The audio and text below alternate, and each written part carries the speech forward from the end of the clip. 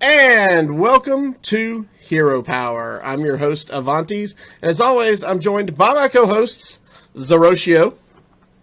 If you're not here live for the pre-show, you're missing so much. And Matt at Arms. Took him a while to try to hunt for that, but I think we'll get it in post, I think. Yeah, and if you guys are not here for the pre-show, you are missing out because we are super excited about our special guest this week. We have not one, not two, well, yes, only two, as we were supposed to have three special guests. Unfortunately, one of them had a situation pop up and was unable to join us, but we have the lovely ladies of HearthBuzz, DragonRider and AudreyKill. Welcome to the show. Hi, thank you. We are excited to be here. Yes. We are super excited to have you, and unfortunately, as we said, RunHeSaid was unable to join us this week. We certainly do miss her and wish her all the best in taking care of everything that's going on right now. So we were thinking of you and hate that you couldn't be with us, but we'll catch you another time for sure. All right, so we have... Well, to be fair, RunHeSaid has been on the show, so now all three hosts have been on one time. So yeah, it balances out. It does, yeah. All right, that's fair. That's fair. So we've got quite a bit to talk about this evening. First up, though, we do have 2 listener emails to get to, and so we'll start with those. The first email is from listener Darth Ryan. He says, "Hey guys, congrats on making it to show 170. Please tell your guests this week, the lovely ladies of Hearthstone, that Eccleston is my doctor too." I know Run would be excited about that. He says, "I've been playing for a couple of years now, since Blackrock, and have a pretty good card collection. Just hit rank 5 for the first time this month with Wall Priest. Have been thinking about making a push for Legend, but don't really know what to expect. Should I be pulling cards out of the deck and making adjustments on the fly if I lose 3 games in a row? Or should I be utilizing the new deck builder tool for card replacements? Or should I just stay strong with what I have? You know, dance with the girl that got me there. Thanks, guys." All right, so Zeroshio, as you know, our resident Legend player, what is your take on going from rank 5 to Legend? And then we'll go on from there. So there's not really a right or wrong answer here. All of those techniques are, in a sense, correct. I have heard of them working for many people, and in a few occasions it's worked for me. I've changed my deck up slightly to account for what I'm playing against, and it has worked for me to get to Legend in the past. However, there's sometimes that I make those changes or change decks entirely, or go off HS replay and try to find out what's best, and it fails me, so I go back to what I was grinding with, and it wasn't working, and all of a sudden I hit a stride and it works. So I guess the best of advice I can give is just to be fluid, be flexible. If to give a basketball reference, you don't always have to go in with your left hand, but at least be able to. So all I'm saying here is just kind of do what's comfortable to you. Find out what you're good at, and if you can make some adjustments with your deck or change up decks to try something else and find success with it, do that. But if you feel more comfortable continuing playing with the same deck, even though it may not be favored in the meta at that moment, it can work. In December, I got Legend with OTK Paladin, and OTK Paladin wasn't really the strong deck at the time. And then about 2 weeks after I got Legend, everybody started using OTK Paladin because they found that is what worked. So just do whatever is comfortable to you. More importantly, know that this is a game. It's meant to be fun, and I know winning's fun, but just doing something you don't like for the sake of winning, to me, is not fun. So just enjoy the game, and the wins will come. And you got the rank 5, so you can get the legend eventually. Yeah. DragonRider, you have any advice for making those pushes, or when to stick with a deck or when to change a deck? Yeah, so lately I've been really bad about that myself. But I think one thing that really has worked for me in the past is taking the deck that you've been playing, like you have those reps with it, but fine, if you want to replace a card or two, that's fine. But also keep in mind the deck style that you're playing. If it's kind of a control deck, you don't want to all of a sudden put things that are kind of the opposite of the game plan of the deck overall. But try, if you can, to find things that fit with the deck, but also your play style. If you tend to be a little bit more aggressive in the games, you can find cards that kind of fit with that, and it's going to be more enjoyable for you to play with, and that's also going to help your play style. But, if you're playing cards, you're like, I hate this card, but everybody else says it's good. Like, for me, personally, that has never worked. If I tried playing cards, I'm like, I don't like this card at all, but other people say it's good. It doesn't work, and then I just end up hating it, and then I feel even worse when I lose with it, or that card particularly doesn't work out. So that's my recommendation. Okay. Audrey, anything you would like to add? I think they hit it all. Okay. Matt, how about you? Yeah, I say, pay attention to what cards are working for you and what aren't. And yeah, if you do hit that skid where you lose 3 games in a row, take a break, get up, walk around, walk the dog, grab something, grab a bite to eat, grab some water, take 5-10 minutes, and come back to it. It's one of those things where 5 to Legend's a grind, and you're not going to do it in one sitting unless you get extremely lucky. If you get a rank a night, that's amazing. If you don't, then it's fine. Just and honestly, don't be results oriented. Be good gameplay oriented and win that game, and don't worry about the other 25 games you have to win. Yeah. Yes. And one more thing to throw in there is you can get yourself almost on a false high when you're going up from rank 5 to legend. If you get to 1 really fast and you're like, wow, I hit rank 1, I can get legend, and then all of a sudden you plummet down to rank 5, it feels very deflating. And you think, well, I'm just not going to be able to do it this month. There's been some months I've gone from rank 1, even rank 1 and 5 stars, I'm falling all the way to rank 5 half a dozen times in the month. Like 6-7 times in the month, and still was able to fight back and eventually get legend. Some days you get legend on the last day of the month. Some days you get it on the 10th of the month. So it's really, it's just one of those things you just got to keep at it. And just because you got legend once doesn't guarantee that you'll get it in the future, but it also doesn't count out that you won't get it in the future. That's the one thing about Hearthstone. It's constantly flowing and fluid game. The same people you're playing against this month may not be the same people you're playing against the next month, but then you might see them again 2 or 3 months later and they may give you trouble. So, yeah, just go with it. All right. There you go, Darth Ryan. Thank you for the email. Our next email says, Dear Hero Power, I still listen to the show most weeks and have been trying to catch you guys live when I can. Kind of sad to see Versika go, but I think Matt fills the spot well and the show benefits from his expertise. I want to make a comment about solo content. I absolutely love the newer solo content, dungeon runs.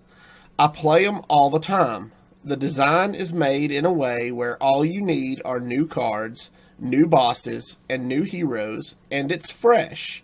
I don't think there's a need to be a new innovation every time they make it. I'd be okay with a reskinned dungeon, aka kobolds. I'm excited for this new version that's coming. If it doesn't end up being dungeon run reskinned, that would be okay with me.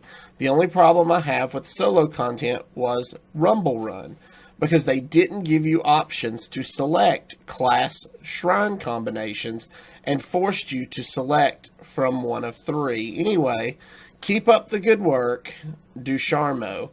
So thank you, Ducharmo, for the email. Audrey, we'll start with you this time. We talked about a little bit about this on our show last week, meaning the solo content, but what's your take on the solo content in Hearthstone? Well, I like it for the most part if you can put the time into it, but I just like to grind ladder mostly, so I don't spend a ton of time on the solo content, honestly. But I like some of it. It's there if I need it. If I get tired of playing ladder, I'll go play some solo content. But other than that, I'm not an expert on it. So. Okay, all right. Matt at Arms, I know you and I have talked about solo content in the past. What's your take on the dungeons in Hearthstone? First of all, DeSharmo, thank you, as always. And go Hero Power Rangers, Hero Series. We're in the playoffs. Let's do this.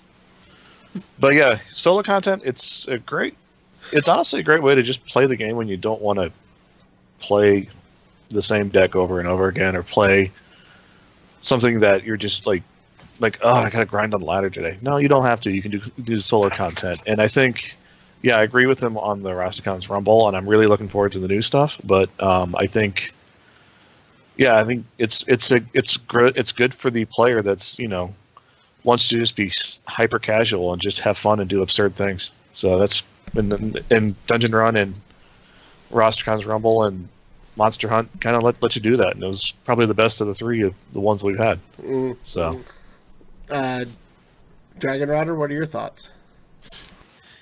Yeah, I'm kind of with Audrey. Like, I don't play the solo content as much as I would like, just because I've been trying to be so competitive, so I grind a lot of ladder. But yeah, I have enjoyed a lot of the solo content over the course of the whole game, actually. I feel like the solo stuff has just continuously gotten better, and I love that they continuously try different things, because I think that's good for the game. And one thing with this new coming stuff is that they have the initial wing, or the initial whatever it is that's going to be free, and then after that it's going to be kind of like the old adventures where you can pay some gold or you can pay money to unlock those. So people who enjoy the adventures and want to play them can do more of that. But if you don't enjoy, or you don't spend as much time on the solo content, you don't have to. But I don't know. I think that feels really good for a lot of players, and I really enjoy that they're doing that. Yeah, now I know Zeroshio's kind of in the same boat with Audrey. He's more of a ladder grinder than a solo player. What are your thoughts? Well, that's not entirely true, and I think we have. I've beaten this dead horse. Before I go into my comments about solo content, I do want to bring up that Avantis did omit a small portion of the email from DeSharmo. There's a humble brag that he decided not to do. We got some compliments on the production quality of the show, and I want to make sure Avantis gets credit for that, and thank you for pointing that out, DeSharmo. Yeah, because the intro went so well. Anyways, well, people on the download won't notice this. Anyways, I've been very critical about the solo content because I was a huge fan of the heroic level of solo content. I have completed every heroic version. I've got all the card backs. I like that increased difficulty. I do like that they add solo content to the sets, but since Lich King and partially Kobolds and Catacombs, they've really dropped down on the difficulty of the solo content, especially with Rumble Run. There was no real carrot on the stick, nothing I can equip or portrait or card back to brag about how well I completed it. It was really, really easy. I really loved back in the olden days of the adventure, the solo adventures, of being able to try to grind not only the adventure, but then the heroic version of it to get that done as quick as possible and be one of the first people with that card back. And I've really, really missed that. That's the one thing I've really criticized about the solo content in the sets. Now it looks as if we're going to have this. Now they say that we're going to have a kind of a variable mixture of things similar to dungeon runs, the wings, the various different types of solo content we had before. And I'm excited to see what they do with that. But I'm most excited about having a heroic version and being able to, brag about being able to complete that. And that excites me. I want to know what an anomaly mode is. Me too, and I'm really That's excited to that's find what out. I'm looking forward to. It's like, what is this? You know, I've said in the past that, you know, solo content is one of my favorite parts of the game. I don't have the kind of time to sit and play to grind a ladder. I maybe get 10-minute sessions, you know, 4 or 5 times throughout the day. And so, you know, I like to be able to pop in, play against the AI and solo, and pop out and come back to my game later. It's by far probably one of my favorite things about Hearthstone. I absolutely love solo content. I feel like it was really made for me to be able to just come and go and play as I need to. So really looking forward to what we have coming up. So that does it for listener emails. Thank you, everyone. We greatly love, we've told you in the past, we love hearing from you. We love interacting with our community, and so keep those emails coming. All right, so let's just jump right into our news and discussion section this week, because as you guys have heard, we do have the great hosts from HearthBuzz joining us. So for our listeners or anybody who may not be familiar with you guys, why don't you tell us a little bit about yourselves and how HearthBuzz came to be? Audrey, why don't you go ahead and take the lead? Maybe. Oh, I think we lost your audio, Audrey's audio again. Uh-oh. All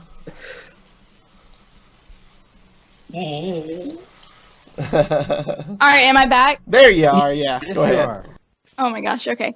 So, I'm obviously Audrey, and HearthBuzz just kind of came to be from, I had this idea to do like a live Twitch stream, kind of with just like the three of us, me, Ren, and Dawn, of course, and because we just have like such a great natural synergy, I feel like, so I thought us working together would be really good, which Ren had also, we did like when the expansion came out, like a 3-person co-stream, and that just went so well, so we knew we had to do more content together, so thus came about HearthBuzz.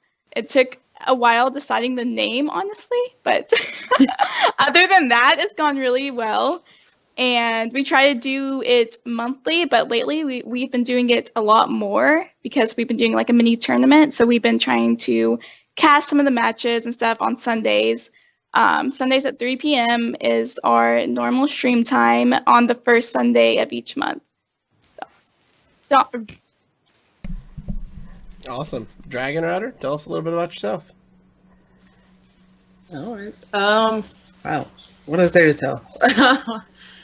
So just me personally, you might also hear me referred to as Dawn. That's my name. So if anybody's like, who's Dawn? That's me. But in general, I've been around the scene for quite a while. I think Zeroshio and I were talking before the show just about how long we've been kind of in the community and in the game. And then Audrey and Run, like we've kind of met more recently as they kind of got into the scene as well. And yeah, it's like, I think the three of us just kind of really hit it off. And then like Audrey mentioned, we did like a mini card review for the last set. And yeah, it went really well and everybody seemed to enjoy it a lot. And we had a lot of fun. So it was like, yeah, like let's just make this, a more permanent thing.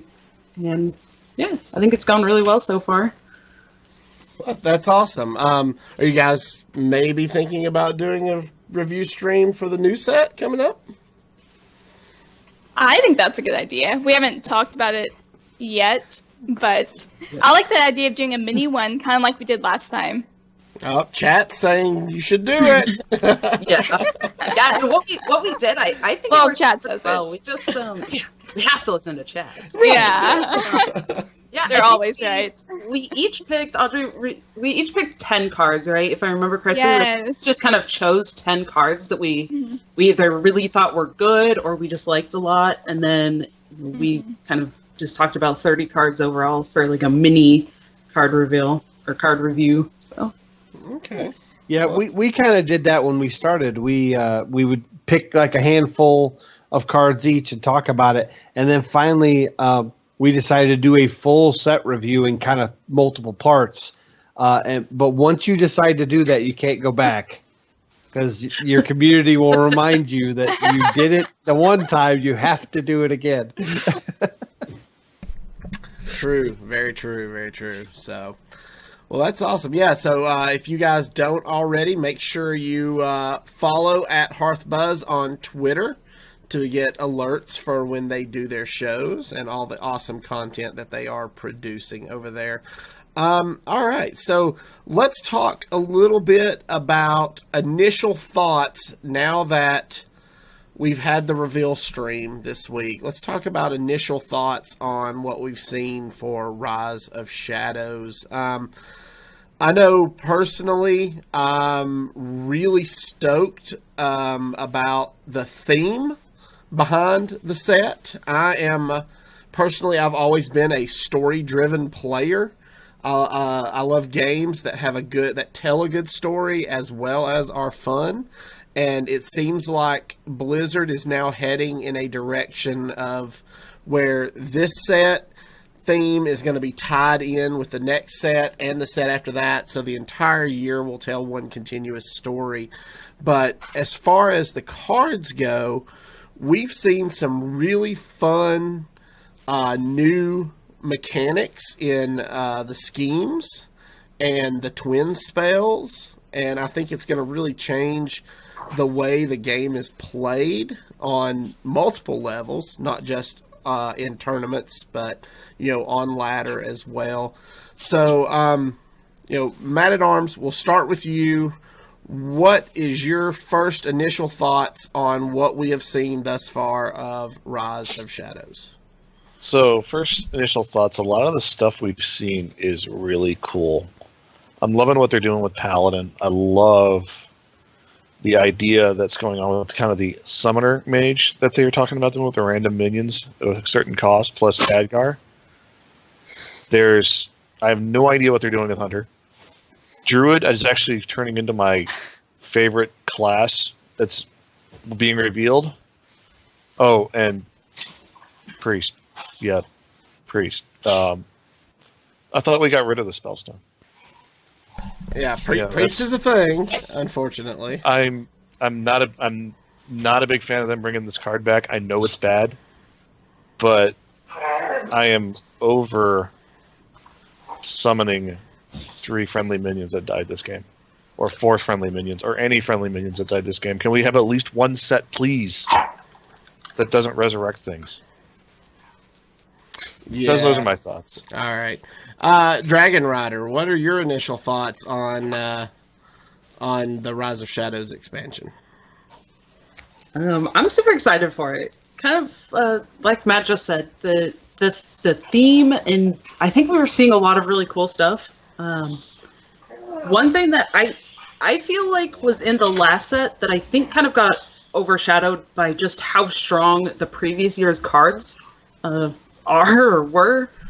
I feel like a lot of the cards in the last set, and I think it's going to be the same with this one, there's kind of a lot of nuance to, and I think there's a lot of well-designed cards that haven't seen play just because of how strong a lot of the previous cards have been. So I'm really excited to see what this expansion is going to bring, because we have the rotation. So a lot of those really strong, powerful cards are going to go away, and we get to kind of play with some of these less tested and kind of more nuanced cards. So I'm really excited for that.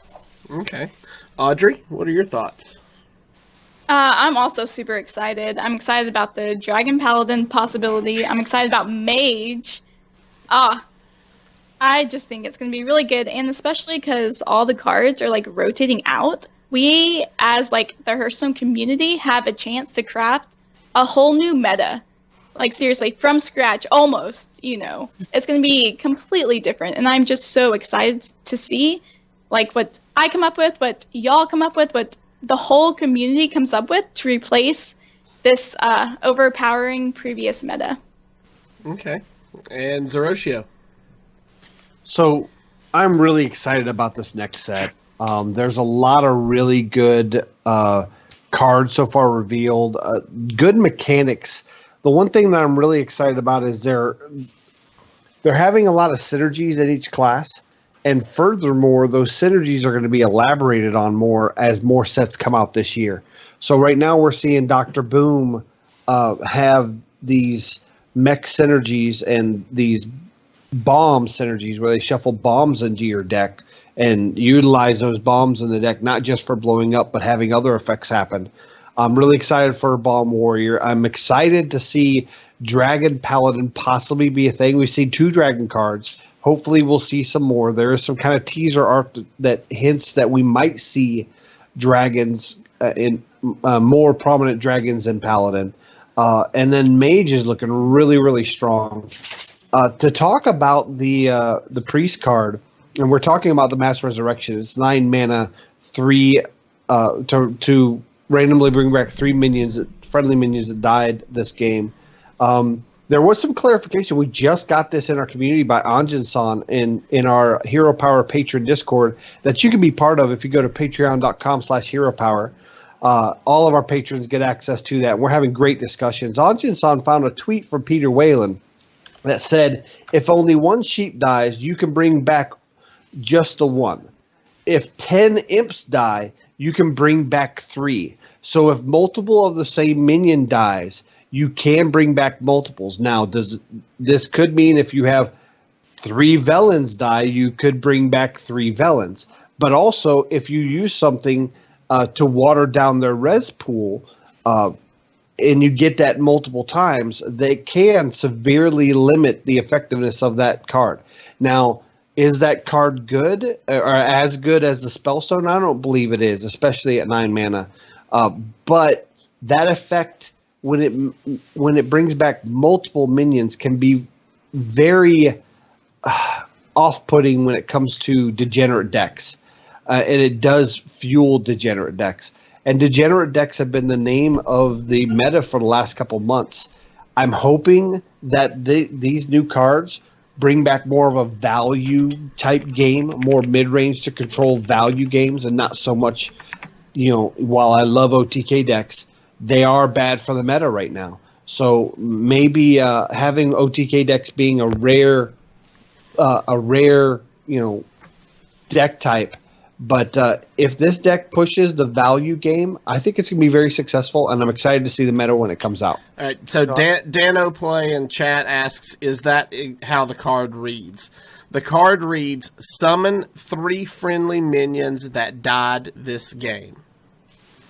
Yes, it does. Where the Spellstone says 3 different. Mm-hmm.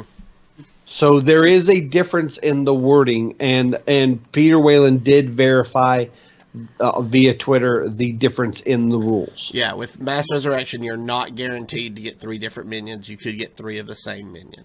So. See, I have no doubt that card is bad. I have no doubt. I just am tired of that mechanic showing up forever. Yeah. I know it's something priests do. It's just, can we just have I would actually be okay with single minion. Single minion resurrection. Like Servitude, Onyx Bishop, heck, even the 2 mana res. Okay. Something like that, but Mass Resurrection is just, I'm sorry, it's a mechanic that I absolutely hate. Yeah. So, Audrey, you said a minute ago you were really excited for Mage. Do you have a favorite card that you've seen thus far? One that you see it and you go, if I don't pull that, it's a day 1 craft. Caligos. Obviously. Nice. Awesome. That card is just so how can you not want to play that card? It's amazing. It does look like an awful lot of fun. DragonRider, same question. Is there a card you've seen so far that's just like, oh my gosh, that's a day 1 craft? So I have to be honest, I've been really busy and I've been working a lot lately, so I'm not actually caught up on all the cards that have even been revealed.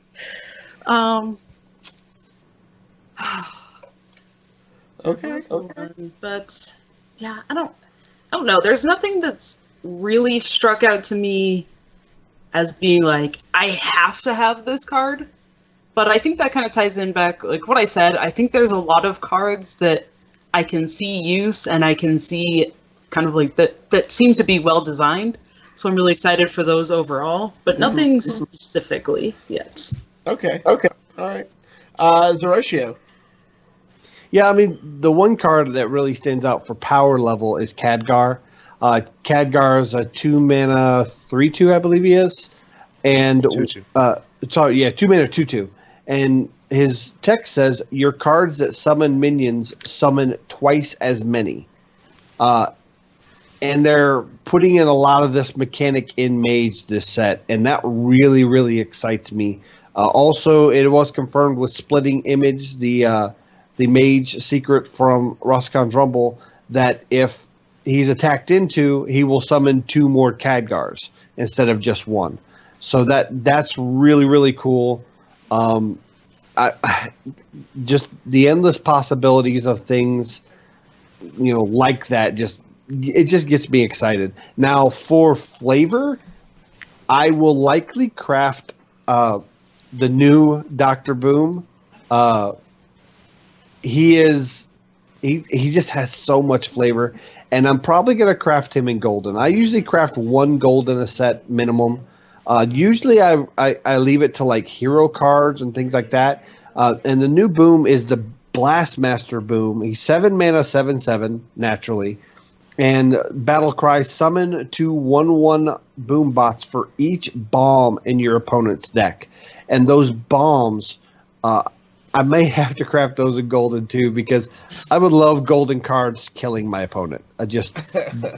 I love any mechanic that allows me to win the game on my opponent's turn. When they're like, okay, I might be able to get out of this scenario. I'm down to like 9 health, but I'm about to ready to solidify, and they start their turn and they immediately draw 2 bombs and they blow up and kill them. That just brings me so much joy. That just makes me happy. And Bomb Warrior is probably going to be my very first deck. Alrighty then. Gosh. What about me? Or yeah, go ahead. No, I was What going about to me? get to you. You can go ahead, Matt. If you No, know what no, yours no. is. No, go ahead, I'm sir. afraid you're going to steal mine. I'm No, afraid go you're going to ahead. steal mine. No, I'm going to go with Keeper Saladris. I was going to steal yours.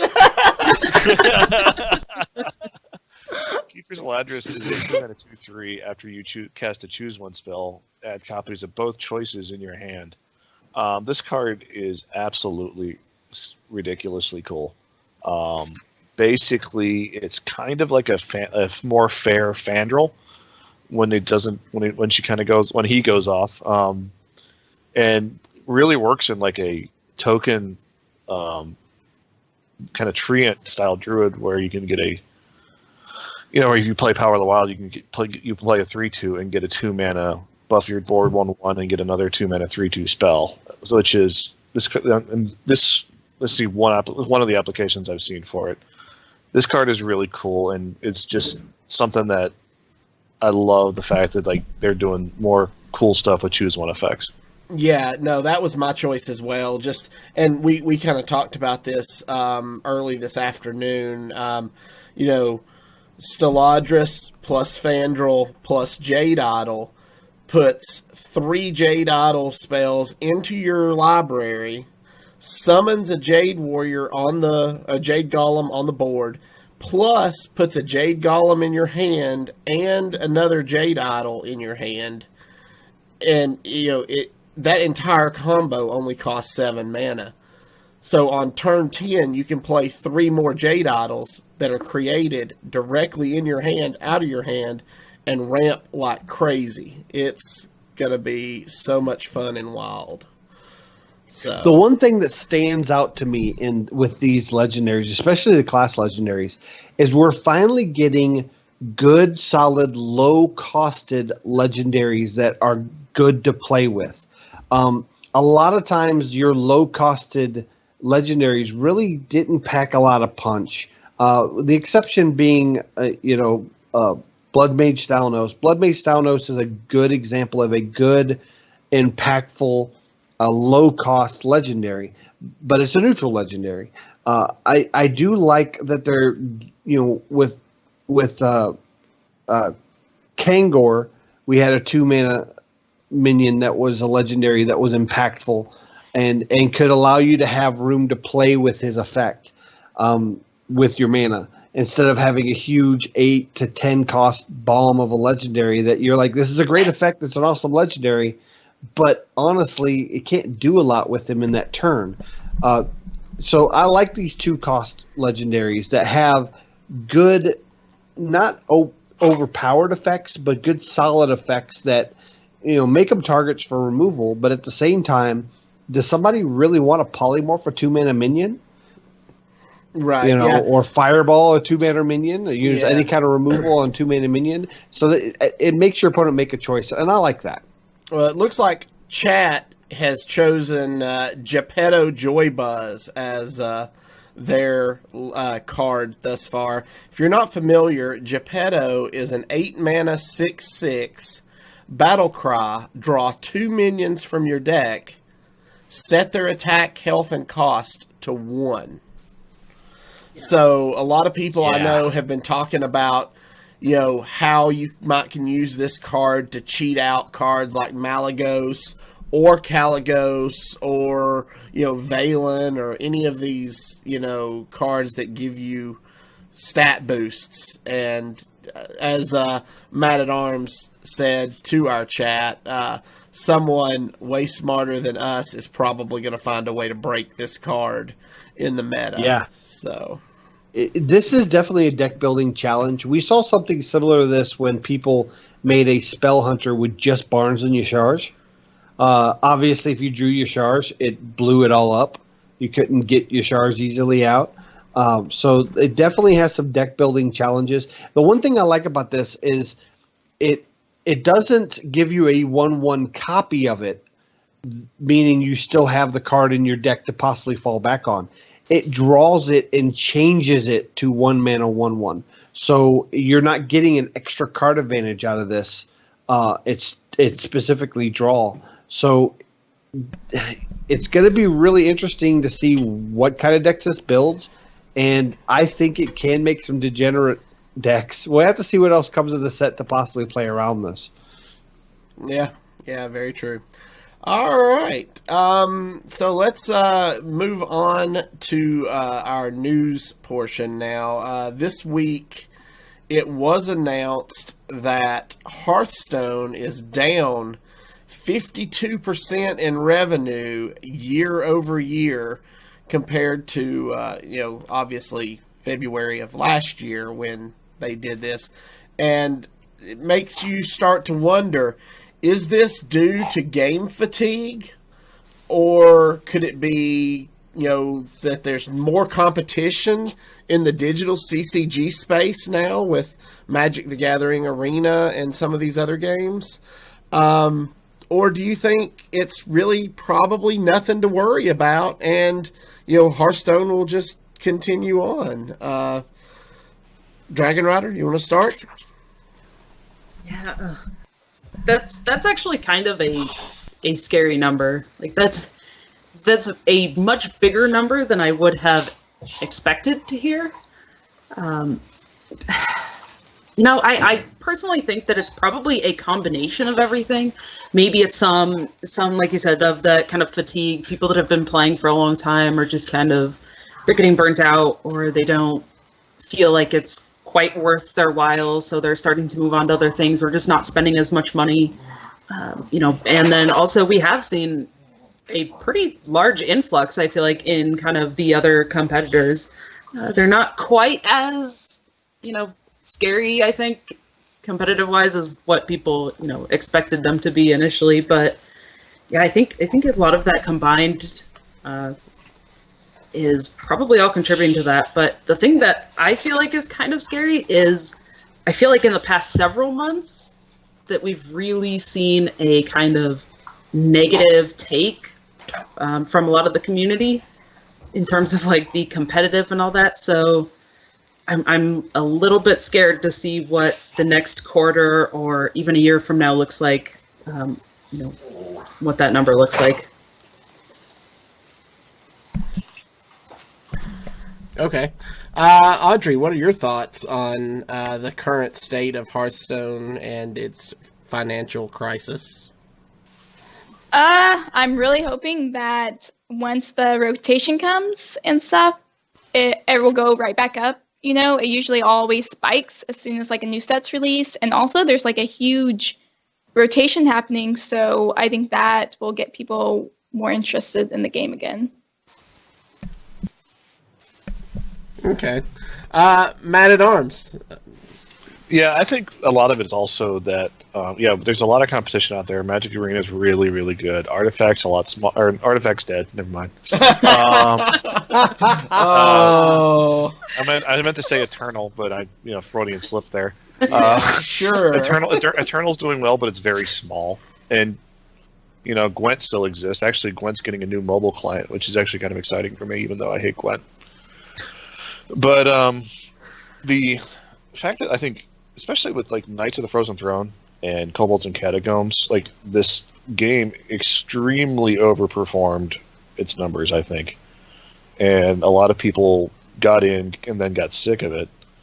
And the last year has been kind of a reset back to reality a little bit here, where we're back to a power level that's more manageable. And we're also into a state of the game where it's not nearly making as much money, but maybe it's more sustainable this way as opposed to making super duper sets that break the game over across a year. So yeah, and Zeroshio, what are your thoughts? I personally don't think this is a big deal. The way I read this is pack sales during the year of the Raven are 52% lower than pack sales during year of the Mammoth, because that's exactly what it's saying. So if you look at the power level of the sets in the year of the Mammoth over the year of the Raven, the power level, I would say, is probably about 52% better than the power level a year of the Raven. Mm-hmm. So basically what this tells me is players are saying, during Year of the Mammoth, I need to buy as many packs as I can to get all of these powerful cards. And then when Year of the Raven came out, and they have all these powerful Year of the Mammoth cards, they go, I bought my packs, I bought the bundle, or whatever I'm going to purchase, and none of the cards I'm missing are really as good as the ones I got from last year. So I'm just going to keep playing what I'm playing. Now that those Year of the Mammoth cards are rotating out, and they're doing, in my opinion, a better job of balancing out the meta with cards, also doing a better job with heavy-handed nerfs and balance adjustments, I really think that these numbers may stabilize out. Will they possibly get the same sales numbers as they did from Year of the Mammoth card sets? I don't know if they can, because those cards were highly sought after. They had specific things in each set that were the quests in one, the hero cards in another, and then the weapons in another. So people specifically wanted every card. So far in this year, they're not having anything super unique like that. They may in future sets. We don't know. So I think you might see the sales from last year be the kind of that plateau point. But if they continued their sales from last year on forward, they'll probably still be very successful. So I don't think this is like Hearthstone is dying, because the number of active players definitely shows that that's not true. When they did the Hakar card back, they said that I think more than 90% of their active player base got those card backs in that time frame, which tells me the players that are playing are still playing. So I would not be worried about this if I was Blizzard. I would be cognitive about my sales approach, but I think they're doing that with these varied bundles. Yeah. A couple of comments from our chat. Anjin-san said that Hearthstone had blown up and is now coming to a more stable level, that the past levels were unsustainable, and so now this is just kind of showing where it's going to settle. 85 Hawk said that Hearthstone made Magic the Gathering better, and Mike 70 says Hearthstone is still the standard bearer in the digital CCG arena, and More importantly, Mike 70 says I agree, Zeroshio. Okay, moving on. Finally, I have someone else. It's Nice. DragonRider, you're hired every show. All right. So that brings us on over to the reveal stream we're going to touch on a little bit. We kind of talked a bit about it at the beginning of the show, but yeah, this was the first reveal stream for the new set, and we got to see quite a few of the new cards that we've talked about already. But what did you guys think of the stream overall? Now, if you guys missed it, there were some production issues, and there was a bug that happened live on screen or on stream. But overall, what were your feelings and thoughts about the stream, and what a great job Cora did? So, Matt at Arms, we'll start with you. Yeah, so this is the first time I think they've actually done a gameplay stream for the first reveal. They usually just stand there and talk about cards for about an hour. About 10, 15 cards. Instead, they actually decided to play with them, which is actually, in my opinion, really cool. And yeah, there were issues with bugs with lackeys not appearing, but that's not anyone's that's not anyone's fault. It's, you know, a buggy, weird version of the game at that point that they kind of smashed together for this. And yeah, Cora was awesome. Cora was great. Yeah, there's some complaints about her misplaying and playing slow, but she's talking and playing and doing all this at the same time. It's really hard to talk and play at the same time. I know Dragon. I know everybody on that side of the screen. That side knows this already. Yeah. So, you know, and I think, yeah, like Peter Whalen was good as always. Peter Whalen's, you know, a great host, is great with this. I'm not a big fan of Chris, but he actually can get a lot better. He was a lot better than the last time I saw him. Yeah. So yeah, let's actually ask some of those who talk and play at the same time. So Audrey, what were your thoughts on the stream? I actually liked it. I didn't think that there was a problem with it until I got on Twitter after and everyone was complaining. And I'm like, oh, like, you know, I was like, oh, well, I guess there were some bugs and stuff. But overall, I really liked it. I liked watching them play with the decks and stuff. I didn't really care about the bugs. I mean, it's not out yet, so there's going to be bugs. I thought Cora, of course, did a great job. I wasn't bothered by the, what's his name? The male host, like some people. Well, in the beginning, I was kind of like, it just took me like a couple minutes to get used to him. Yeah, after a couple minutes, I was like used to him, and then like didn't think another thing about it. But I liked them playing with the cards. It to appease everybody, they could have, I guess, rebuild the cards and then like played some games so people could see the cards, and then whoever went to stay to see the gameplay could. But I liked it personally. Okay, and DragonRider, how about you? Yeah. I mean, personally, I think I'm kind of one of those people. I'm like, I just want to see the cards. Like, let me. Like, I would much rather play them. I think I've always wanted to actually just have like Tavern Brawls or something that started during reveal season that we could play with some of those cards. You know, they wanted to reveal them and then we could play with a couple of them at a time or something like that. And we could actually see them in play ourselves rather than watching them play it. But I think it's fine overall. And in terms of how long the games took or roping every turn, like, yeah, from experience, it is really difficult to try to balance talking about things and talking about the plays, but also talking about other things. It's very hard to balance that and be very fast about it. So and seeing cards you have never seen before. Yeah. Yeah.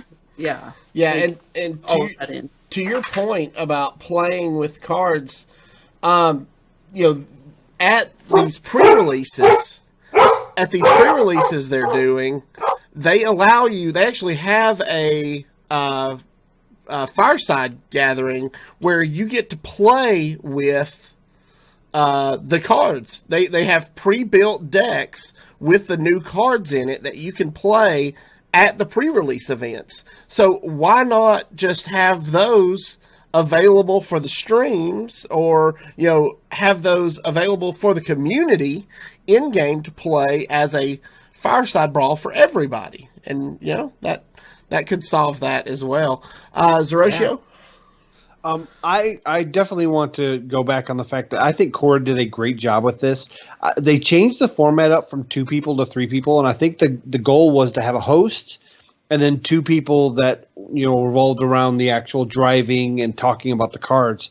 And I met Chris Sierra. Chris Sierra is a very nice guy.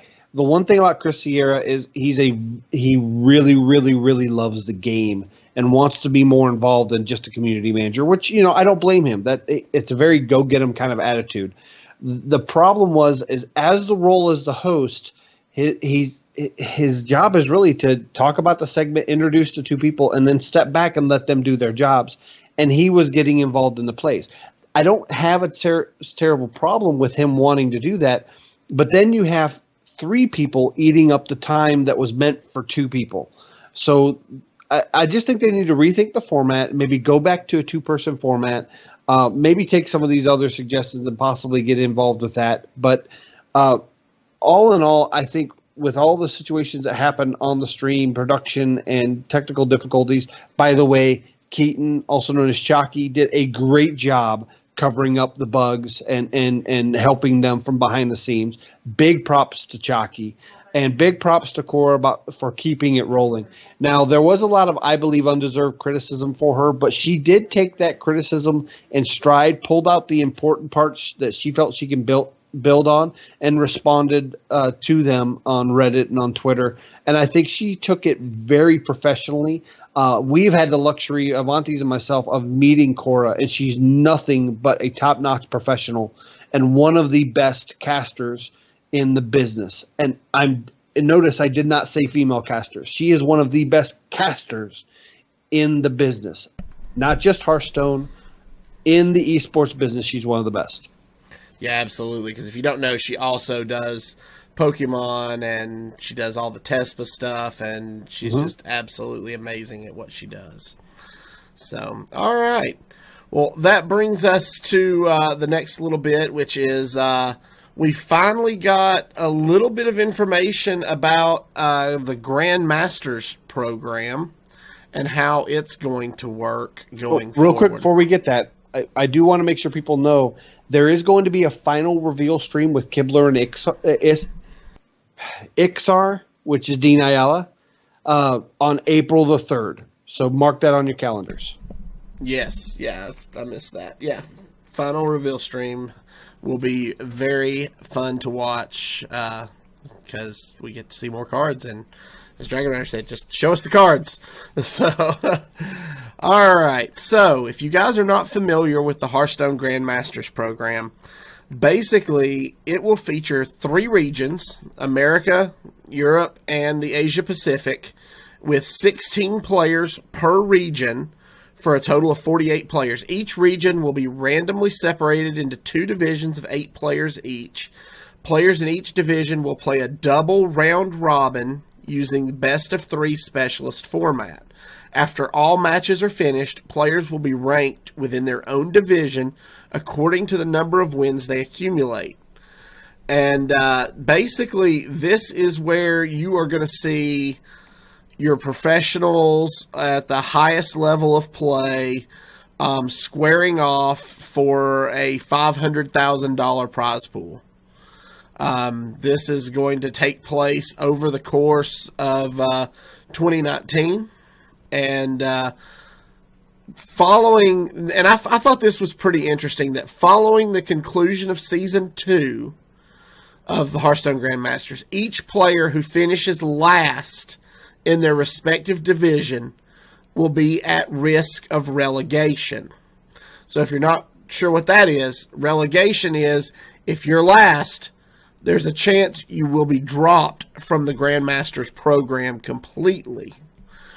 And they're talking about what they'll do is they will, at that point, look at players, I think, who have the most points or top cash prize earners. Top cash prize earners will then move into Grandmasters to take their place. So, all right, Zeroshio, we'll start with you this time. What are your thoughts on this program? I think this is a great program. This is obviously the elite of the elite. This is like the all-star game pretty much, where the Masters could be considered the professional league. The Masters Tour, the Grandmasters Tour is your all-stars. Each player is going to be guaranteed $500 per match they play, and then will be eligible for bonuses. I believe one of the bonuses is additional $500 for a win for their respective match. So this is a division of the professional Hearthstone tour that allows these players to make a living playing Hearthstone. There are some notable names that have been rumored to be getting into these.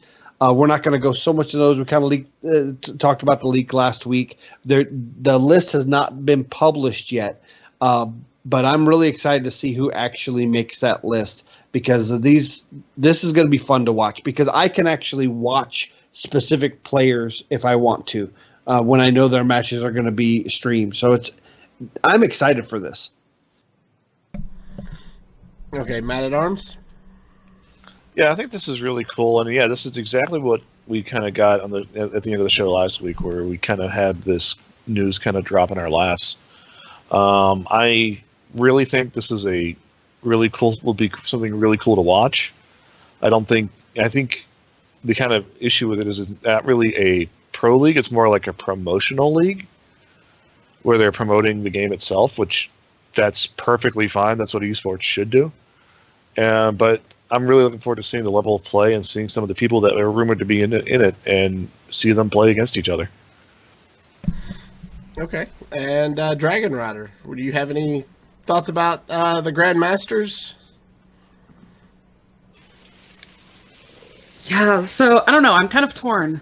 I've seen a lot of kind of backlash from the community and all that as well, but it seems very, very exclusive and very, very difficult to get to the point where you could even try to get into it. But at the same time, I think that it's kind of a good thing as well. You have something that, if you're providing so much money and stuff for this, you want people to put in that work and be able to, try to achieve that.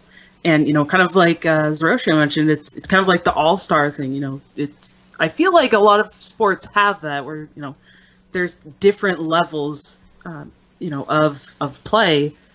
I think the point right now, we're just kind of in this awkward, transitional phase for competitive Hearthstone. And there's not really a good middle ground right now. And I think that's where the issue that a lot of people have, we have this really top end, and then there's not really anything for, players like me or players like Zeroshio who are I've seen him playing a lot of these cups, the qualifiers. I've been playing these qualifiers, we're really trying to make a push to qualify for the Vegas tournament, but there's nothing really in between. So I think that's kind of where the disconnect is. But overall, I think this can be a good thing, and I want to see where it goes. Okay, and how about you, Audrey?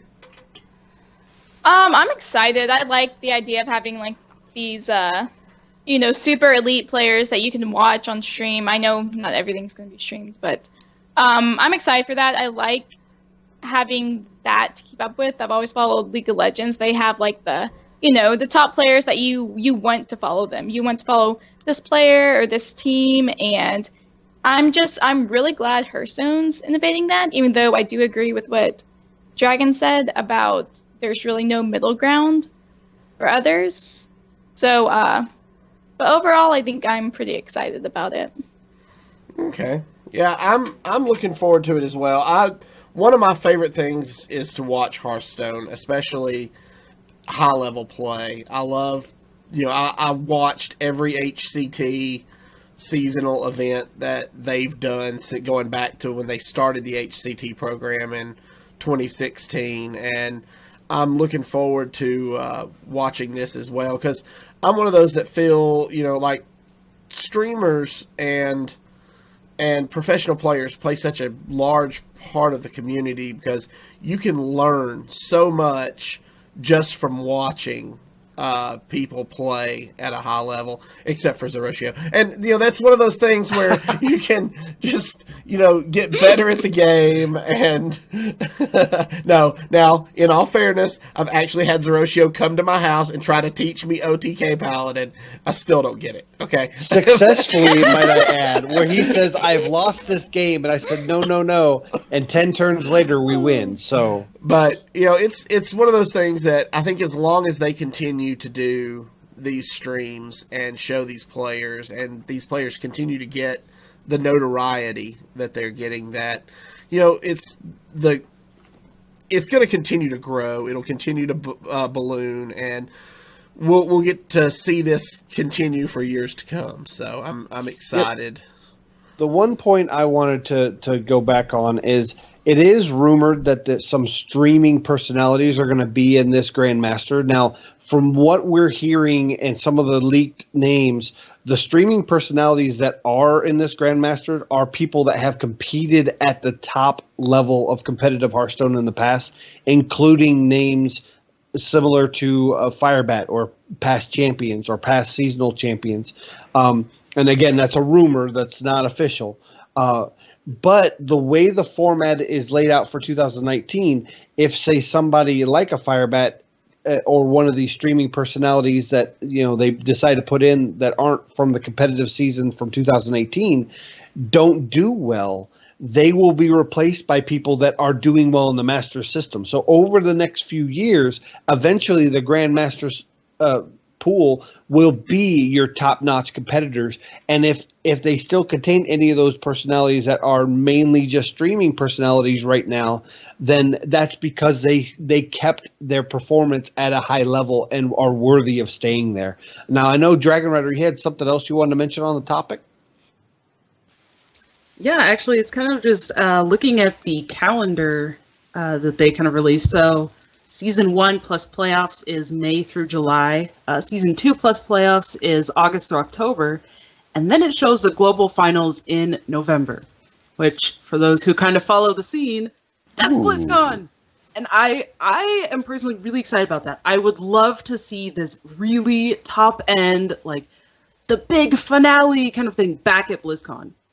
The global games are fun, but to me, it doesn't feel like BlizzCon. It doesn't feel like the esports. It doesn't feel like a big finale, and that's what the esports at BlizzCon is. And so I really hope that they're bringing this back to BlizzCon, because I think that would be amazing. Yeah. And as somebody who went to BlizzCon last year, if you hadn't heard, I went to BlizzCon last year. For those that watch the show regularly, take a shot. Take a shot. For somebody who was at BlizzCon, I could care less about the Hearthstone Global Games. I didn't watch it. I didn't follow it. I don't even remember who won. And I was there. I spent more time watching Heroes of the Storm competitive esports, and they canceled that. So that tells you what level Hearthstone Global Games was at. It just was not fun to watch. It was marred in controversy. It's there was obviously strong runners, and they stayed that way. To me, it just wasn't.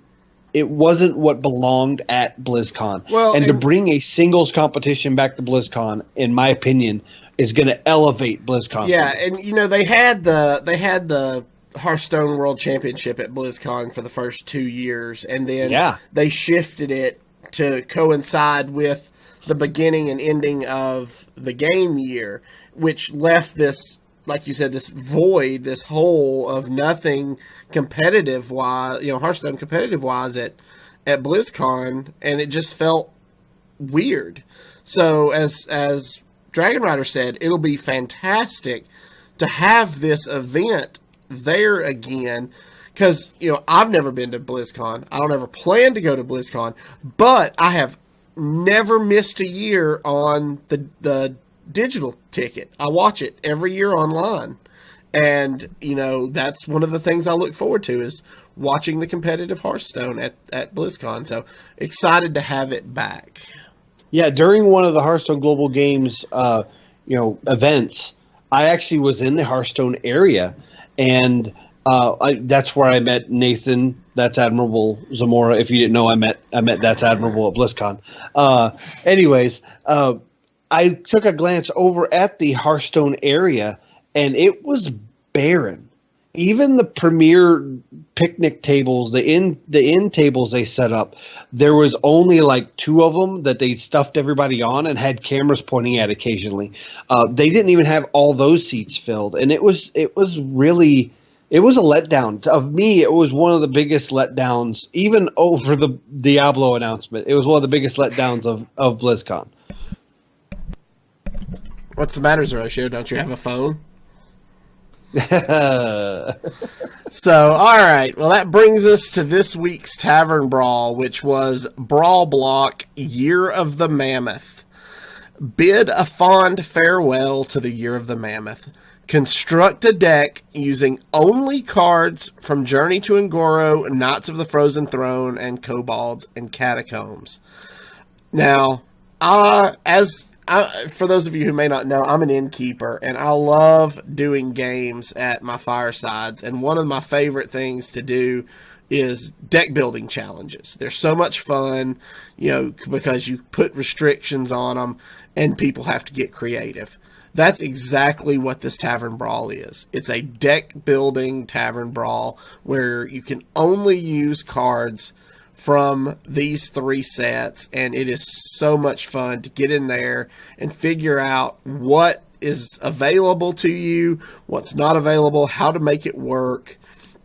Personally, I built Control Warlock because there's so many good Warlock cards came out of this set. Ren and Gul'dan, and you had Gnome Feratu, which is one of my favorite cards, period, in the Year of the Mammoth. So getting to go back and play with those one last time before they rotate to Wild was a lot of fun. Has everybody had a chance to play the Brawl today? I know DragonRider worked most of the day, so... But, I haven't played it yet either. Oh, okay. I played Dude Paladin with such little board removal, and most of these sets only have removal in the form of minions. Being able to get a jailer out and throw a bunch of dudes on the board and then toss Tarim down wins you the game every time. Yeah, this one was easy for me because it was one of those okay, what was good last year? Oh, right, this. So I actually built a Death Rattle Hunter that actually you can build a pretty solid Death Rattle Hunter in this brawl. Nice. I ended up throwing in Charge Double Swords, Katharina, Swamp King Dread because I have to make him work. And I threw a little more recruit spice into it where I did the Guild Recruiter and some secrets and what's his name? Professor Putricide as well with the Spellstone.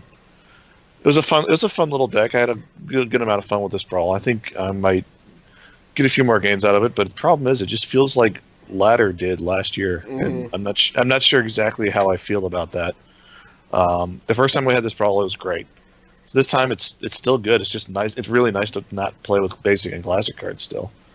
It's just it's the power level from last year's sets were just so out there that you can do pretty well. It's just like, oh, what was good last year? Oh yeah, this. Let's go. Yeah, basically, whatever you decide to play, I recommend Devilsaur Egg and Void Ripper. Just drop stuff That's fair. All day long. So, all right. Well, before we get into our partings, I do want to give a shout out and talk a little bit real quick about the Masters qualifiers. I've been competing in them regularly, trying to get 2 to 4 of them every weekend.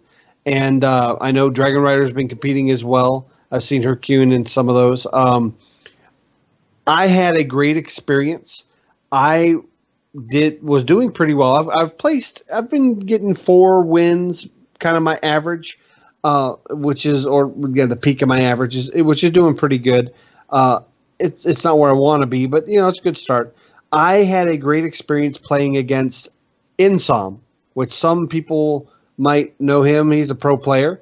I am seeing quite a few Golden Celebration card backs across from me, but Insom he was nothing but pleasant. Of course, he beat me. He beat me 2-0, but he was nothing but encouraging. He encouraged me on my deck building and on my plays, and he said I did such a good job. He was the perfect example of a good pro player that is helping build up other players. He made me want to continue to compete, even though I did drop out of that round pretty quick. But then I went into the next one and started out 4-0, so he boosted my confidence. So I want to give a shout out to Insom and thank you so much for being such a good representative of the pro scene and a good competitor.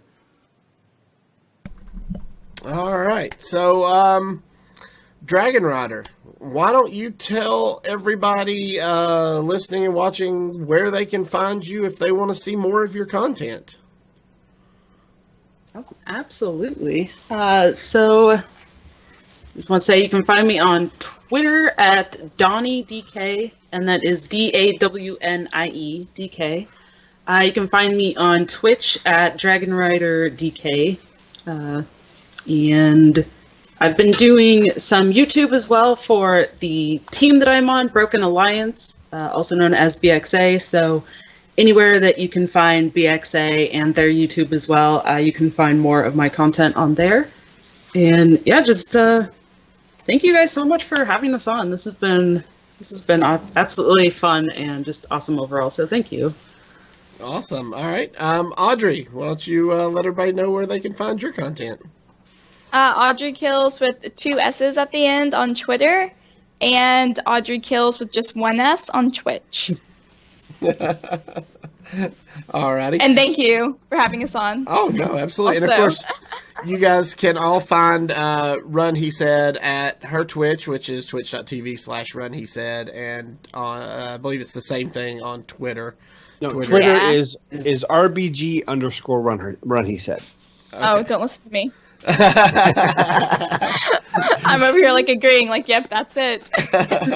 So yeah, and then of course, as we said earlier, make sure you check out their show at HearthBuzz on Twitter, and it's HearthBuzz on Twitch as well, correct? Yes, and we are going to be doing a show this Sunday at 3 p.m. Central. So 3 p.m. Awesome. Central, 4 p.m. Eastern.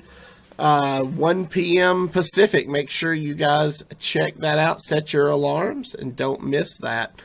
All right. Well, I think that's noon Pacific. The noon Pacific. Vontae's does not get time zones. Time zones suck.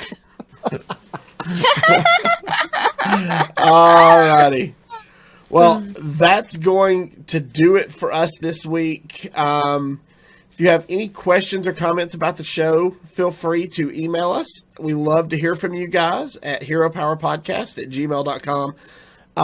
Go and subscribe to HearthBuzz on Twitch. Give them a follow if you haven't already.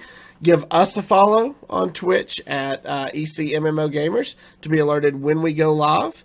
And if you are interested in joining our patron-only Discord, you can do that for as little as $1 a month over at patreon.com/heropower. We are constantly talking about Hearthstone all the time, nonstop, and would love to have you. Until next week, thank you again, ladies, for joining us. It was great having you. And we'll see you all again next week at our normal time, Wednesday night, 7:30 p.m. Eastern. Good gaming, everyone. And don't forget to use your hero power. What's in the puzzle box? What's in the puzzle box?